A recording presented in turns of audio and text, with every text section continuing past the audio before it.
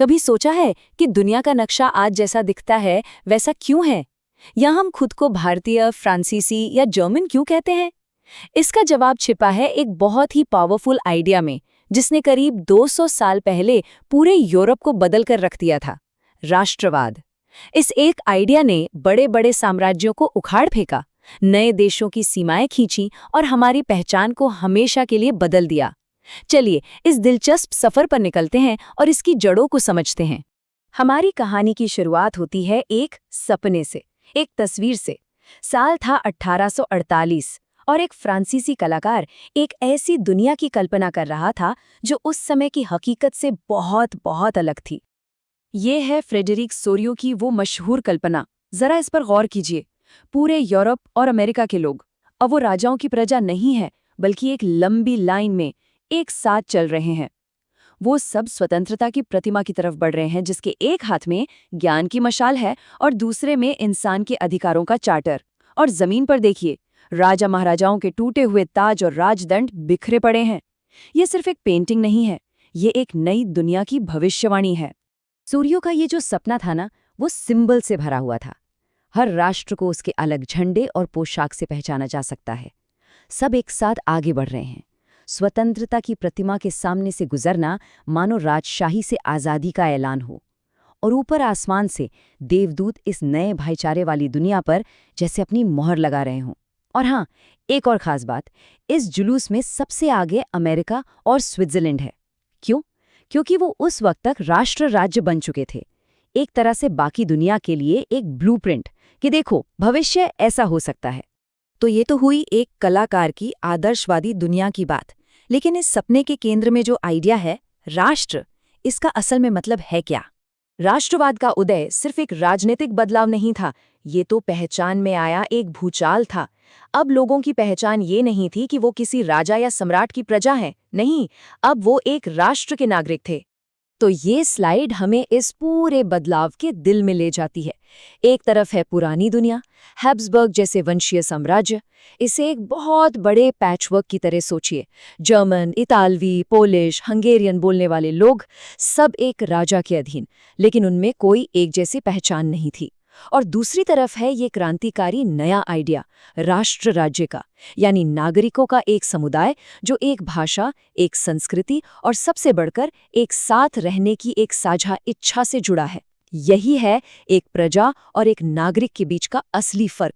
इस आइडिया को एक फ्रांसीसी फिलोसोफर अर्नस्ट रेनान ने बहुत ही खूबसूरती से समझाया। उन्होंने कहा कि राष्ट्र कोई ऐसी चीज नहीं है जो भाषा या नस्ल से तय हो, बल्कि ये एक दैनिक जनमत संग्रह है। जरा सोचिए, इसका मतलब क्या?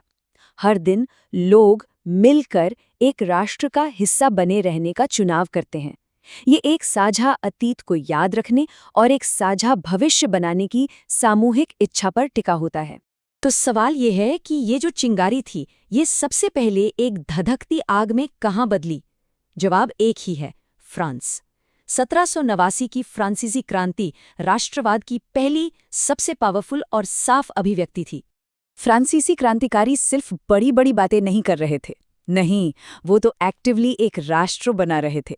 उन्होंने सत्ता को सिंहासन से उठाकर सीधा सड़क पर ले आए, यानी राजा से छीनकर जनता को दे दी। ला पैट्री यानी पितृभूमि जैसे आइडियाज ने लोगों में गहरी अपनेपन की भावना पैदा की।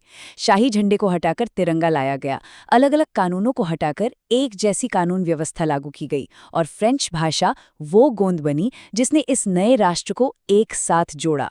हर कदम एक अकेली फ्रांसीसी पहचान गढ़ने के लिए उठाया गया था। और ये आग सिर्फ फ्रांस तक ही नहीं रुकी, बिल्कुल नहीं। जैसे ये रोमन कैलेंडर का कवर दिखाता है, बास्तील के किले के टूटने की खबर पूरे यूरोप में जंगल की आग की तरह फैल गई। इसने दूसरे देशों में भी पढ़े लिखे मिडिल क्लास और जैकोबिन क्लबों को प्रेरणा दी। स्वतंत्रता की लौ अब फैल रही थी।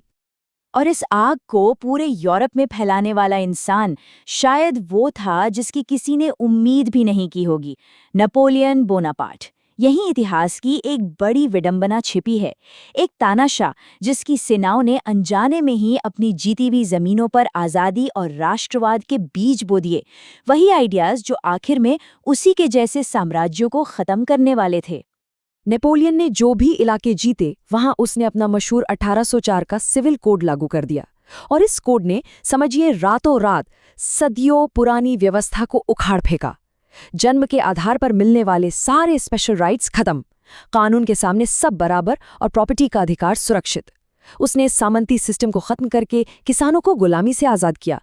एक तरह से उसने फ्रांसीसी क्रांति के मॉडर्न सिद्धांतों को अपनी तलवार की नोक पर पूरे यूरोप में फैला दिया। और देखिए, शुरू में तो हॉलैंड, स्विट्जरलैंड, मुलान जैसी जगहों पर लोगों ने फ्रांसीसी सेनाओं का स्वागत किया। उन्हें लगा कि ये मुक्तिदाता हैं जो आज़ादी लेकर आए हैं। लेकिन ये जो शुरुआती जोश था ना, ये बहुत जल्दी ठंडा पड़ गया। जैसे ये तस्वीर दिखाती है, लोगों का नज़रिया बदल गया। उन्हें जल्द ही एहसास हुआ कि इस नई व्यवस्था की एक बड़ी कीमत चुकानी पड़ रही थी। बढ़े हुए टैक्स, सेंसरशिप और फ्रांसीसी सेना में जबरन भर्ती का बोझ सुधारों के फायदों पर भारी पड़ने लगा। जो मुक्तिदाता बनकर आए थे, वे अब कब्जा करने वाले बन गए थे। और आखिरकार नेपोलियन के साम्राज्य का पतन शुरू हो ही गया। ये कार्टून 1813 में लीप्सिग की लड़ाई में उसकी करारी हार को दिखाता है। उसे एक ऐसे पोस्टमैन के रूप में दिखाया गया है जिसके बैग से वो सारे इलाके गिर रहे हैं, यानी वो एक एक करके हार रहा है। नेपोलियन तो चला गया, लेकिन जो आइडियाज वो फैला गया था वो यहीं रह गए। और अब इन आइडियाज की मशाल को थामने के लिए एक नया सामाजिक वर्ग तैयार हो रहा था। ये नई ताकत थी पढ़े लिखे लिबरल मिडिल क्लास की, यानी इंडस्ट्रियलिस्ट, व्यापारी और प्रोफेशनल्स। उनकी विचारधारा थी उदारवाद। उनके लिए राष्ट्रवाद सिर्फ कोई हवाई बात नहीं थी, ये एक बहुत ही प्रैक्टिकल टूल था। इसका मतलब था उन पुराने प्रिविलेज का अंत जो उनके रास्ते में आते थे। इसका मतलब था एक जैसे कानून और बाजार जो बिजनेस के लिए अच्छे थे। और इसका मतलब था ऐसी सरकार जिसमें उनकी भी सुनी जाए।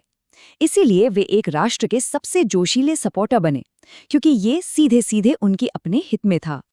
तो एक सपना देखा गया, एक क्रांति ने आग जलाई और एक नया वर्ग इस मशाल को लेकर आगे बढ़ने को तैयार था। राष्ट्रवाद का पिटारा अब खुल चुका था। सवाल अब ये नहीं था कि ये शक्तिशाली विचार दुनिया के नक्शे को बदलेगा या नहीं, सवाल ये था कि कैसे बदलेगा। आने वाले दशकों में इसका जवाब इटली और जर्मनी के एकीकरण जैसी घटनाओं में मिलने वाला था, लेकिन वो एक अलग कहानी है, किसी और दिन के लिए।